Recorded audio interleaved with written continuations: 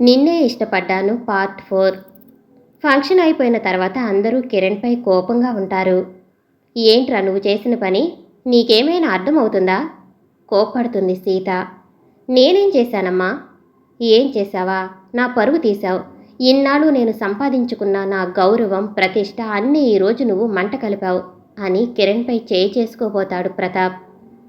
సీత ప్రతాప్ను ఆపి, ఏంటండి మీరు చేతికి అంది వచ్చిన కొడుకుపై చేయి చేసుకుంటారు? ఇంకేం చేయాలి? నీ కొడుకు చేసిన పనికి సన్మానం చేయాలా? ఎందుకండి అంత కోపం? అసలు ఆ అమ్మాయి ఎవరో, వాడు ఎందుకు అలా మాట్లాడాడో తెలుసుకుంటే సరిపోతుంది కదా. వీడితో మాట్లాడాలంటేనే చిరాకు వేస్తుంది నాకు. అదేదో నువ్వే కనుక్కో అని తన రూమ్కు వెళ్ళాడు ప్రతాప్. కిరణ్, ఆ అమ్మాయి ఎవరు?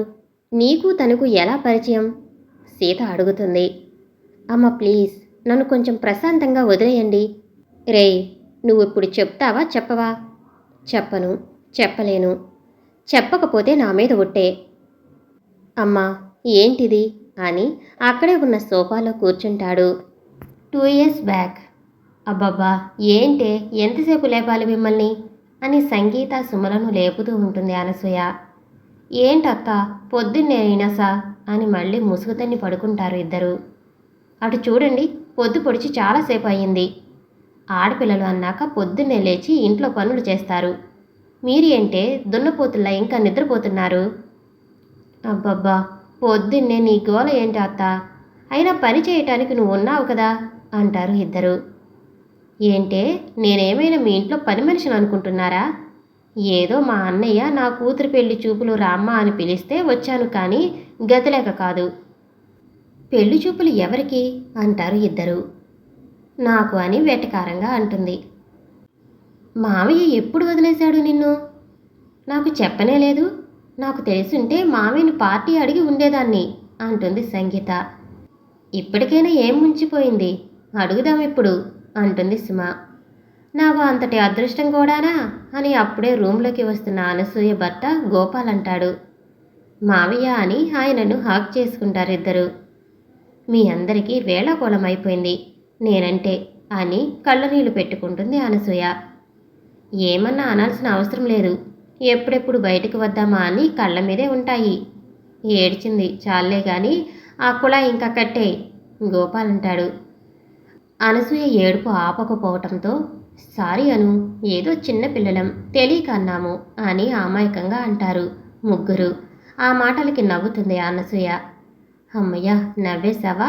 మా అందరి ముఖాన కొంచెం వేడివేడి కాఫీ కొడితే గొంతు తడుపుకుంటాం అంటాడు గోపాల్. అనసూయ చీర తీసుకుని వచ్చి సుమకి ఇచ్చి కట్టుకోమని చెప్తుంది. ఇప్పుడు ఈ చీర ఎందుకు? పెళ్లి చూపులు అక్కకు అయితే నేనెందుకు చీర కట్టుకోవాలి అని సుమ అంటుంది. పెళ్లి చూపులు సంగీతకు కాదు నీకు అని అనసూయ అంటుంది. ఏంటి నువ్వు చెప్పేది అత్త అని షాక్ అవుతుంది సుమ. అయినా ఇంట్లో ఎవరైనా పెద్దవాళ్ళకు పెళ్లి చేస్తారు, కానీ ఇక్కడేంటి విచిత్రంగా ఉంది? నాకు పెళ్లి చూపులేంటి? అది పుట్టినప్పుడు ఎప్పుడూ నా ఇంటి కోడలని నేను ఫిక్స్ అయ్యాను. దాని మెడలో తాళి కట్టడానికి మావాడు ఎప్పుడూ సిద్ధంగా ఉన్నాడు. కనుక ఇప్పుడు వరుడిని వెతకాల్సింది నీకు. హలో, ఎవరిని అడిగి ఫిక్స్ అయ్యారు? నా ఇష్టంతో పని లేదా? మీకు ముందే చెప్పాను నాకు పావం మీద ఇంట్రెస్ట్ లేదని అంటుంది సంగీత. ఒపీనియన్ది ఏముంది, పూటకొకటి మారుతుంది. పెళ్లి చేస్తే సరి అంటుంది అనసూయ. అయినా నా కొడుకుకి ఏం తక్కువే? అందగాడు, అమెరికాలో జాబ్ చేస్తున్నాడు. ఇంకేం కావాలి నీకు? అవన్నీ నాకు తెలియదు. నీ కొడుకు అంటే నాకు ఇష్టం లేదు అని అక్కడి నుండి వెళుతుంది సంగీత. పెళ్లివాళ్ళ రావటం, అమ్మాయి నచ్చిందని చెప్పి త్వరలో ముహూర్తాలు పెట్టుకుందాం అని వెళ్ళిపోతారు. రాజారావు, సంగీత నాన్నగారు ఆలోచిస్తూ ఉంటారు. ఏంటన్నయ్య ఆలోచిస్తున్నావు అని అనసూయ అడుగుతుంది. అది పెద్దమ్మాయికి పెళ్లి చేయకుండా చిన్నదానికి పెళ్లి చేస్తే నలుగురు ఏమనుకుంటారు చెప్పు? అదేంటన్నయ్య అలా అంటావు? సంగీతను మా రాహుల్కి చేసుకోవాలని నేను అనుకుంటున్నది నీకు తెలిసిందే కదా. అవుననుకో, కానీ ఏంటన్నయ్యా?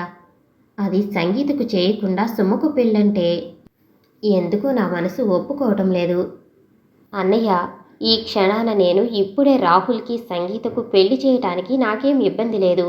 రాహుల్ అమెరికాలో ఏదో ప్రాజెక్టు పనిలో బిజీగా ఉన్నాడు అంట. రావటానికి ఇప్పుడు కుదరదు. 3 నెలల్లో వస్తాను అన్నాడు. వాడు వచ్చిన వెంటనే పెళ్లి చేద్దాం. ఈలోగా సుమకు సంబంధం చూసి పెళ్లి చేద్దాం. మనం అనుకున్నప్పుడల్లా మంచి సంబంధాలు రావన్నయ్యా.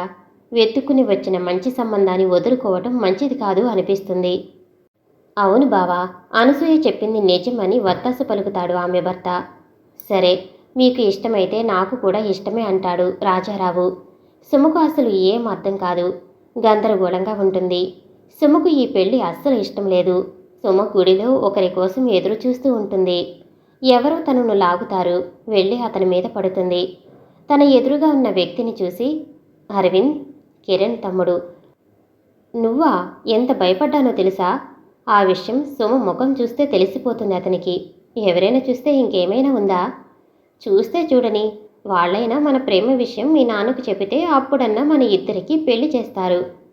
నాకైతే తెలీదు కానీ నీకు మాత్రం ఖచ్చితంగా చేస్తారు పెళ్ళి, సుమ అంటుంది. ఏంటి మేడం గారు, ఏదో మాట్లాడాలి రమ్మన్నారు? "ఆ, మా ఇంట్లో నాకు పెళ్లి ఫిక్స్ చేశారు అరవింద్." అవును అరవింద్, మా ఇంట్లో మంచి సంబంధం, పెళ్లి చేసుకోమని ఫోర్స్ చేస్తున్నారు. నువ్వు మన ప్రేమ గురించి చెప్పలేకపోయావా? నీకు తెలుసు కదా మా నాన్న అంటే నాకు ఎంత భయమో. అయితే నువ్వు ఇప్పుడు వాళ్ళు చూసిన అతన్ని పెళ్లి చేసుకుంటే నా పరిస్థితి ఏంటి? సుమ మౌనంగా ఉంటుంది. పద, మీ నాన్న దగ్గరికి వెళదాం. మన ప్రేమ గురించి చెప్పి ఆయన్ను ఒప్పిద్దాం. లేదు అరవింద్, ఆయన ఒప్పుకోరు. నీకు తెలుసు కదా ఆయన పేరుకు ప్రాణం ఇస్తారని.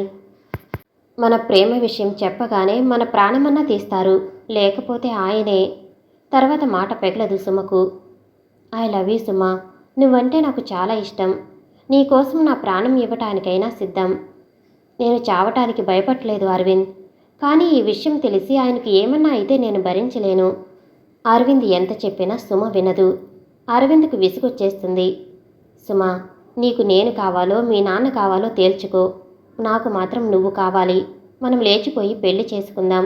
ఆ మాట వినగానే సుమకు భయం వేస్తుంది. ఐ లవ్ యూ అరవింద్, కానీ మా నాన్నను కాదని నేను ఏం చేయలేను. అరవింద్ కోపంగా అక్కడి నుంచి వెళుతూ, సుమ, ఒక్కటి గుర్తుపెట్టుకో, నిన్ను తప్ప నా లైఫ్లో వేరొకరిని ఊహించుకోలేను. నేను బ్రతుకున్నంతకాలం ఇలాగే బతుకుతాను. నేను చెప్పిన ప్రపోజల్ నచ్చితే నాకు కాల్ చేయి, లేకపోతే. అరవింద్ అక్కడి నుంచి వెళ్తాడు. ముహూర్తం దగ్గర పడే కొద్దీ సుమకు టెన్షన్ పెరిగిపోతుంది. వాళ్ళ నాన్నకు ఎదురు చెప్పలేదు. అలా అని మనసు ఇచ్చిన వాడిని మర్చిపోనూ లేదు. మనసులో బాధపడుతూ ఉంటుంది. పెళ్లి కూతురు ఇంటి దగ్గరే కావటంతో 2 రోజుల ముందే పెళ్లివారు వస్తారు. రాజారావు టెన్షన్ పడుతూ పనివాళ్లపై అరుస్తూ పని చేయిస్తుంటే అక్కడికి సంగీత వస్తుంది. నాన్న, మీరు ఏం టెన్షన్ పడకండి. పెళ్లి పనులు అన్నీ సవ్యంగా జరుగుతాయి. మీరు టెన్షన్ పడి మీ చిట్టి గుండెకు రెస్ట్ లేకుండా చేస్తే ఎలా నాన్న? మీరు రిలాక్స్గా ఉండండి. పెళ్లి పనులు అన్నీ నేను, అత్త, మామయ్య చూసుకుంటాం. రాజారావు నవ్వి, నాకు కొడుకు లేని లోటును నువ్వు తీరుస్తున్నావు తల్లి అని తన నుదిటి మీద ముద్దు పెట్టుకుంటాడు.